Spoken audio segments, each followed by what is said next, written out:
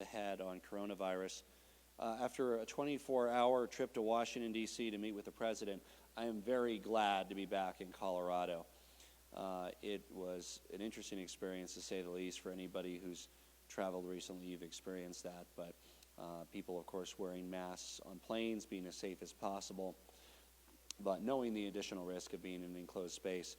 It was also interesting for me personally to be in Washington, D.C., a town that I commuted to for a number of years as a member of Congress, when everything was shut down and so quiet. Unlike Colorado, they're still at the stay-at-home phase there, and really the streets are dead. What was normally bustling with activity, people, they've had an increased risk, and a relatively high percentage, Northern Virginia, D.C., Maryland, of impact from coronavirus. So we got in, was tested, met with the president, talked about that the other day, and it's important that we work with all our private sector partners, the federal government, anybody that we can, to get the needed supplies we need in Colorado, masks and tests, making a lot of progress on those fronts. We also had a reflection point this week. We've lost over 1,000 people here in Colorado to COVID-19, joining the hundreds of thousands across the world that have passed away from this deadly virus. And tragically, we also know that there's more that will succumb in the days ahead. But what we are doing today at 7 p.m., Coloradans across the state, diverse geographically, politically, in every way, joined by dozens of cities and towns, is we're going to take a moment at 7 p.m. to remember those who we've lost. Every person we've lost in this horrible pandemic has a story and a community of loved ones in mourning. And it's been tough because for many families, they haven't been able to have those funerals, those celebrations of life that we normally have to honor those who've meant so much to us, because those events themselves would have been very dangerous for those who attended them. And in addition, those who've passed away from COVID, largely in hospitals, were unable to even be visited by their loved ones in their final weeks because of the danger of going into a COVID ward. So it's been tough. And I know that all of us, myself included, on behalf of our state, want to express my condolences and our condolences to the tens of thousands of loved ones, families, and friends of the 1,000 people that we've lost, who weren't able to be visited in their final days and whom we weren't able to have proper in-person remembrances or wakes for. So at 7 p.m. tonight, I ask everybody to simply put on your mask and just take a moment of silence or of prayer, if you prefer, for all of the victims of Corona-19 in Colorado and indeed across the world. And we are making these changes in our everyday lives. We're avoiding social interactions where we can. We're being smart about how we live. We're wearing masks when we're in public to make sure that less families have to go through the great loss that too many families in Colorado have had to undergo. And we join in mourning tonight for them. The state capitol will be lit up in red tonight. Many municipal buildings across the state will be as well. And for those who have suffered loss, this is really Colorado coming together to support you in your time of grief. When we can't come together physically, we're coming together on our own with our very powerful moments of silence or prayer to remember the loss that you've had. The state is encouraging buildings and businesses to turn their lights red if they can, if they're set up for that at 7 p.m. Police and fire departments, many of them will be turning their lights on at 7 p.m. for 1 minute. And on the individual level, many Coloradans will be having a moment of silence at 7 p.m. for the over 1,000 victims in our state. And it's also important to remember that every number has a name. It's easy to say over 1,000 people. Each one of those is a person with friends, with family, with loved ones. And let's all take a moment this evening to reflect on those we've lost. If you're fortunate enough not to have known anybody who suffered loss, say a prayer, observe that moment for your fellow Coloradans, your fellow humans across the world, and remember why we all need to do our part Today, Friday, May 15th, is also Peace Officers Memorial Day, which the state will commemorate by lowering flags to half-mast. And we encourage all Coloradans to commemorate those in law enforcement as well. We know that our members of law enforcement, our first responders, are at additional risk to coronavirus because of the everyday work they do with the general public. And we're making every effort to keep our first responders safe. But during the pandemic, we're even more thankful to our first responders for putting their lives on the line to protect public health and protect our safety.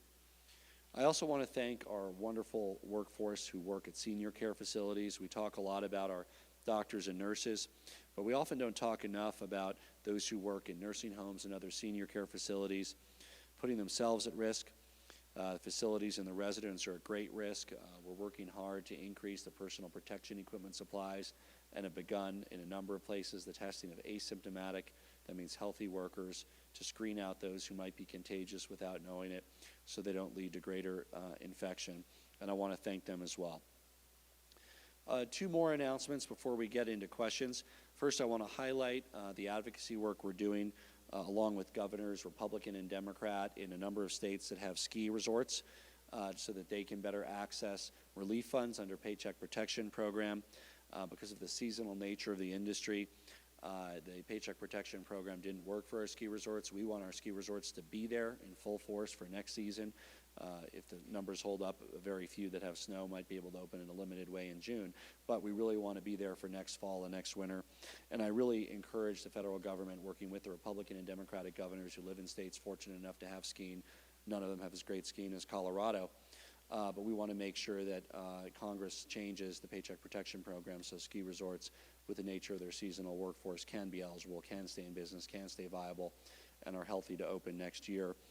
I also want to give a special shout out to the Betcher Foundation, which has approved over $1 million in biomedical research grants, CU, CSU, Children's Hospital, National Jewish, as well as the COVID relief fund, helpcoloradonow.org, which is getting immediate support work out to help those who are most in need. Despite all the tragedy around us, those who have been hospitalized, those whose lives we lost, the economic devastation globally of this virus, what gives me hope is that doctors and scientists in our own backyard and across the world are doing the hard work to find a cure, to find a vaccine, to find a way to mitigate the impacts of this deadly virus so we can get back to normal. And at 7 p.m. this evening, as we remember those we've lost, let's also reflect on the path ahead, the individual responsible choices that we're making as Coloradans to avoid social contact where we can, stay 6 feet from others, wash our hands regularly, wear masks when we're in public. The more that we do that, the more responsible we are, the more lives we'll save, and the shorter the duration of the economic distortion will be, and the sooner that we can get back to a sustainable sense of normalcy. And we can look towards the future with hope, with determination. When we raise our heads from our moment of silence or prayer, we can look with new eyes upon a future in which we will continue to show justified caution, not fear, not anxiety, but we want to be smart, and I know Coloradans are. We want to be cautious to protect ourselves, our loved ones, and our families, and together we'll come out on the other side even stronger. With that, we'll be happy to take some questions.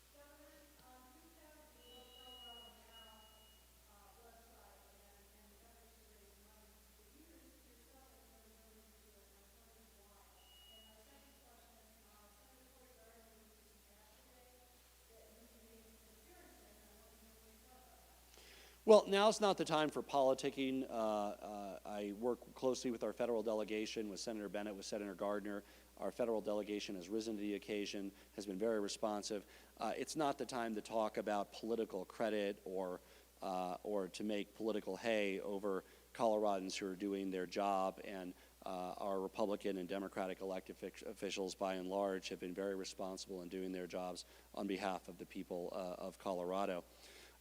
As governor, of course, I've been very strong in advocating for the COVID-19 relief fund. There's been the Broncos, many other organizations have stepped up. I continue, and I've spent a lot of time working with thank donors and showing appreciation for all of the work that they're doing. I serve, of course, in the public capacity. in this, and it's very important that I do everything I can as governor to get the resources to where they're needed most.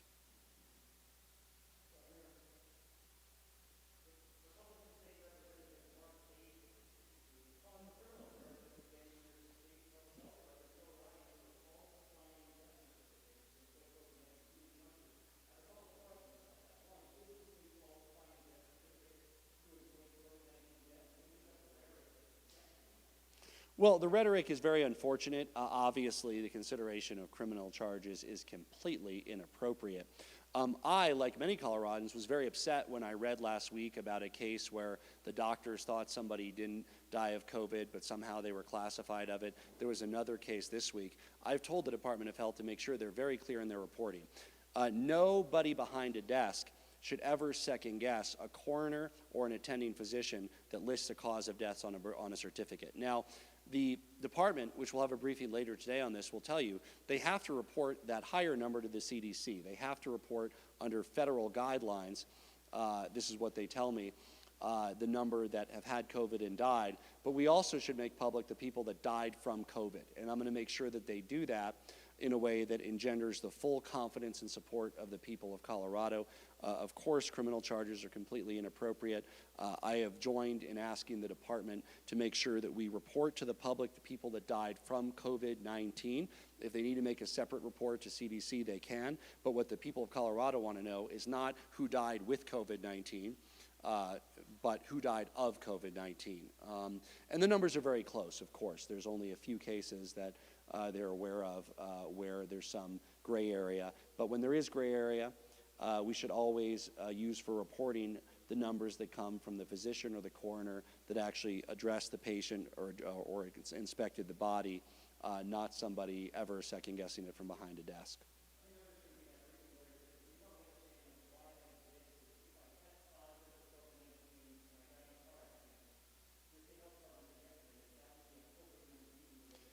The CDC requires us to report that that person died with COVID-19. That doesn't mean that person died of COVID-19. The more important number for the people of Colorado, the number that I've told the department since I first found out about a similar incident a week or two ago, is they need to report to the people of Colorado how many people died of COVID-19. People are not very interested in, nor should they be, how many people died with COVID-19. If the CDC needs it, they need to do it. They need to follow the law. But the number for the people of Colorado needs to be who has died of COVID-19, and I'm confident that their leadership will do their best to provide that number to the people of Colorado on a daily basis.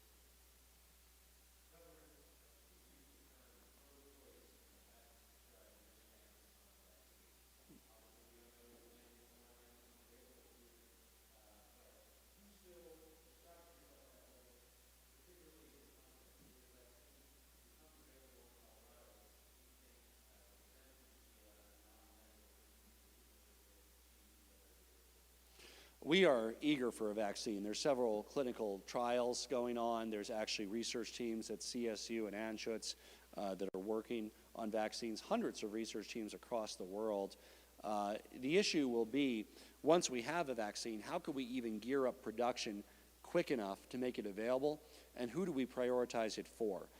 It'll likely be prioritized for those who are at highest risk from the virus first, even under some of the most ambitious models, where we have a vaccine by fall, which we hope by winter.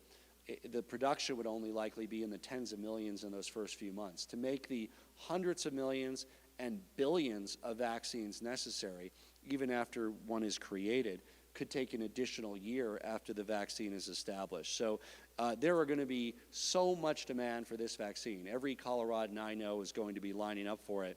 The limited supply will mean that we likely need to prioritize Coloradans who are most at risk for the limited number of vaccinations when they become available. Hi, Governor. This is Kyle Clark with 9 News.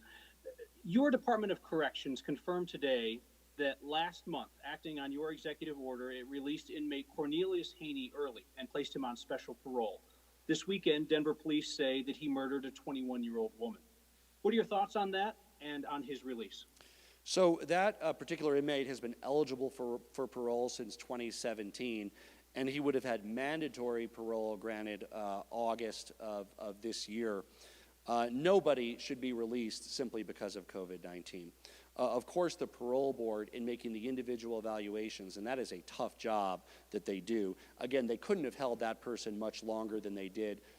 He had been up for parole since 2017. But of course, in making those decisions, they are taking into account the safety of prison guards and others. But no prisoner who is a danger to society should be released early in any situation. And of course, nobody on that parole board thought that this person was going to do what they allegedly did. But they couldn't have held him much longer under the law. He had to be released by August. I'm glad that they didn't release him in 2017 when he first came up from parole. But being on the parole board is a tough job. We respect the people who make those decisions every day. They're doing their best to make the best informed decisions they can to keep Coloradans safe as they decide within the legal parameters they have the conditions of parole for people who've served their term. Hello, Governor. This is Vinny Del Giudice at Bloomberg News in Denver. A finance question today. Has Colorado determined if it's eligible for the Federal Reserve Special Lending Facility for state and local governments? If so, will it apply?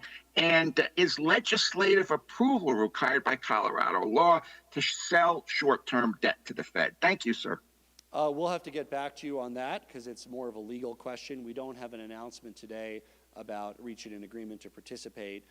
As for the eligibility and the course of action, if Colorado to participate, we'll be happy to get you an answer. Hi, Governor. This is Kara Mason from the Sentinel. Earlier this week, while in Washington, you said the administration and Dr. Birx were complimentary of what Colorado is doing in regards to contact tracing. Can you expand on that and what resources Colorado needs to achieve successful contact tracing?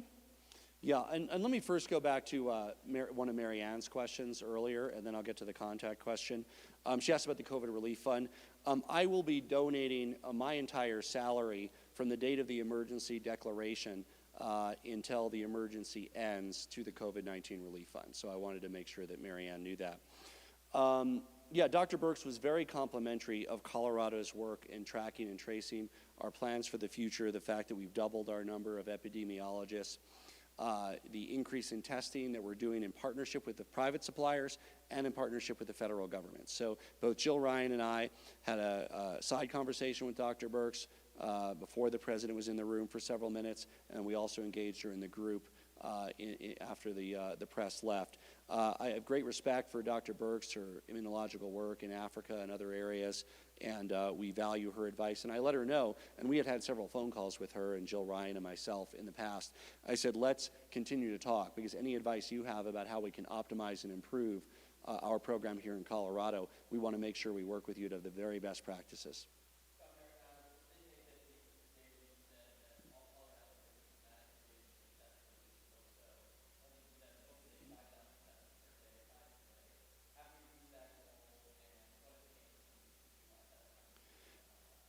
Yeah, we have. All Coloradans who are symptomatic can get tested. We have 32 free community testing sites all over Colorado. There's a map at covid19.colorado.gov. That's in addition to hospitals and doctors. That's usually that first route. You're symptomatic, you call your doctor, you call your hospital. If for some reason you can't get a test that way, we have a community testing site near you. 32 of them. We hope to have even more in the near future, but they're positioned across the state in a way that's free. They're accessible. If you have those symptoms, you can get tested.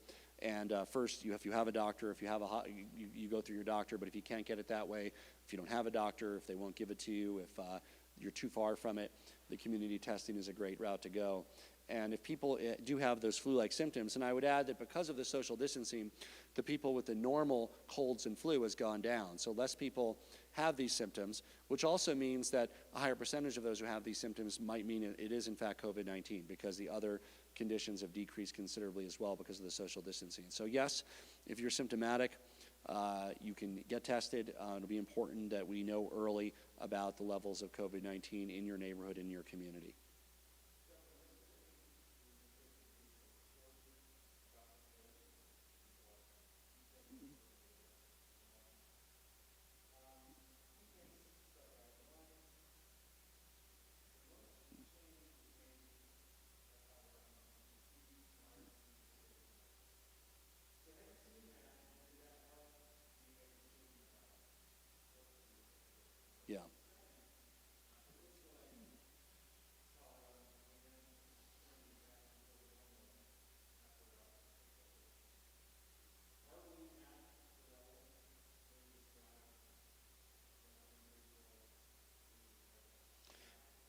Yes, the confidence that I have in the people of Colorado to make smart decisions absolutely factored into my decision to end the stay-at-home order, to reopen stores, offices, so people could get back to work, because people are being responsible. And as long as they continue to be responsible, we should continue to have a better and better trajectory. What does responsibility mean?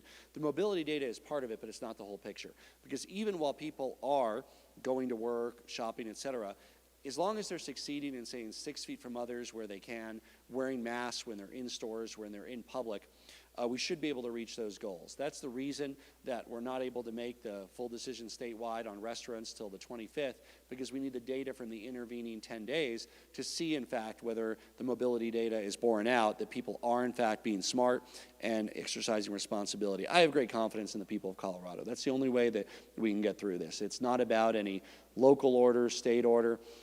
It's about people caring about themselves, their loved ones, their families. You know what? Coloradans do. And by and large, we're making responsible decisions to stay 6 feet away from others where we can, to minimize and reduce our social interactions, and to wear masks in public, along with good hygiene, washing your hands for 20 seconds after you go out. That is going to be the ticket to saving lives in Colorado and getting back to as close to normal as soon as we can.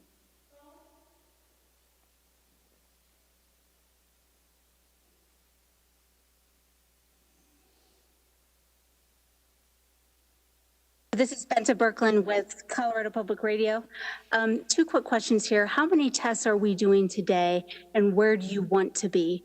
And then separately, you were just in Washington, D.C. with the president. Did you advocate for more flexible federal money for states? And what was the president's response? So it depends on the day. It could be at 4,000, 5,000, as many as are needed. We have the ability to go up to 8,500 or even 10,000 a day. We have the supplies in hand. We have the community testing centers. So there'll be day-to-day fluctuations, but I think we'll be in the 5,000 to 10,000 range for most of the month of May at our 32 community testing sites, as well as our private testing partners through the hospitals and network of doctors. The president and Governor Burgum from North Dakota brought this up, and we did talk about federal support. The president talked about how excited he was to borrow money at a very low interest rate. He said it's basically free money for the federal government. He then expressed his hopes that we would be in an environment with negative interest rates, where people would pay the federal government to borrow money. Again, it's not my personal view that that's desirable. I would be worried if we were in an ongoing situation with negative interest rates. That would be a significant economic drain, because it would drain capital out of the private sector to the government. But he expressed his excitement about that. He even indicated that he dreamed his whole life about negative interest rates. Remember, he built his business empire based on debt. That's understandable. I rose my business success based on equity, never debt. He did his based on debt. So it's just different perspectives. It's not that one's right and one's wrong. But he likes debt. He wants to borrow. He loves low interest rates. He would love negative interest rates. I guess we agree that low interest rates are certainly better than high interest rates for financing debt. And we did discuss a lot of that work. Hey, Governor, this is John Burke with the Colorado Independent. What are your thoughts on the legislature's proposed pandemic precautions for reopening the state capitol? And more specifically, what are your concerns about those precautions being recommendations, including asking people with fevers to stay home rather than mandatory? Well, I have not looked at those, so I can't comment on them, because they're not something that came from us. Would be happy to look at them, but I would say it's legislative prerogative how they meet. I hope that Republican and Democratic legislators care about the health of their fellow members, care about the health of others who might be part of those proceedings, the staff that work there, members of the general public that participate, but I've not seen those guidelines.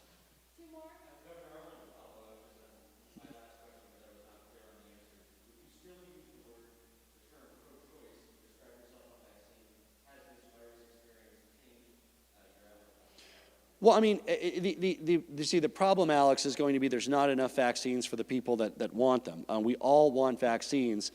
If the line is going to be so big to get vaccines, it's not the question.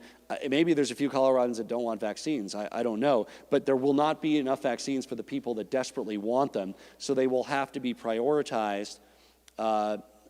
We haven't come up with a plan for this yet, but in our thinking, it would likely be for those who are most vulnerable to the virus, would likely be prioritized first for the very limited number of vaccines that we would have early on.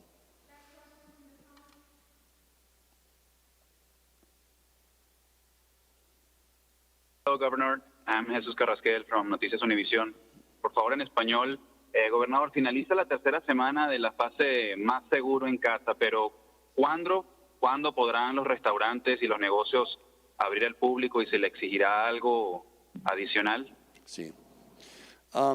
Estamos mirando la información sobre la condición de salud de Colorado cada día durante este apoyo en su casa fase y vamos a decidir en una semana cuándo puede abrir los restaurantes. Aquí en Colorado, la mayoría de los negocios ya están abiertos. Por ejemplo, tiendas, por ejemplo, oficinas, todo están abierto.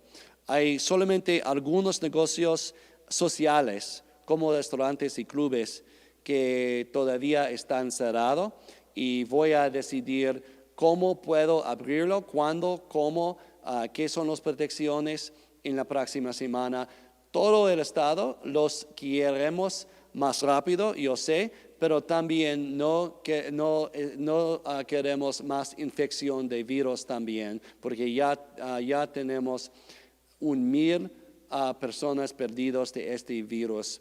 Y yo sé que vamos a tener más, pero no quiero muchos más miles. One more from the room? From the phone? Governor, this is Megan Lopez with Denver 7. On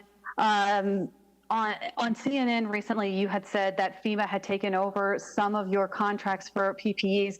We just did an interview with the FEMA administrator who vehemently denied ever doing this in any circumstances, and not only said that he vehemently denied that, but that anybody that thinks that something like this is being diverted to FEMA needs to report it because they have the DOJ working on it. I'm wondering if you can respond to that. Well, I didn't hear the comments. Obviously, I would be thrilled if the DOJ is looking at federal interdiction of state purchasing efforts. We've had to compete against all kinds of buyers for masks, for tests. We've competed against other states. We compete against our own federal government. We compete against foreign governments. I wish we had a better strategy from the start about working together as a nation, meaning the states and the federal government. But yes, we've had to compete against all kinds of buyers, public and private, domestic and international, including the federal government. And I would welcome any investigation into DOJ, into any potential malfeasance. Thank you all. At 7 o'clock today, we will all be donning our masks, taking a moment of silence for respect for those who we've lost, for those we were unable to say goodbye to, and we will raise our heads and look forward to acting smart, acting with informed caution, and continuing to be vigilant to help maintain our health, economic, and our biological health. Thank you.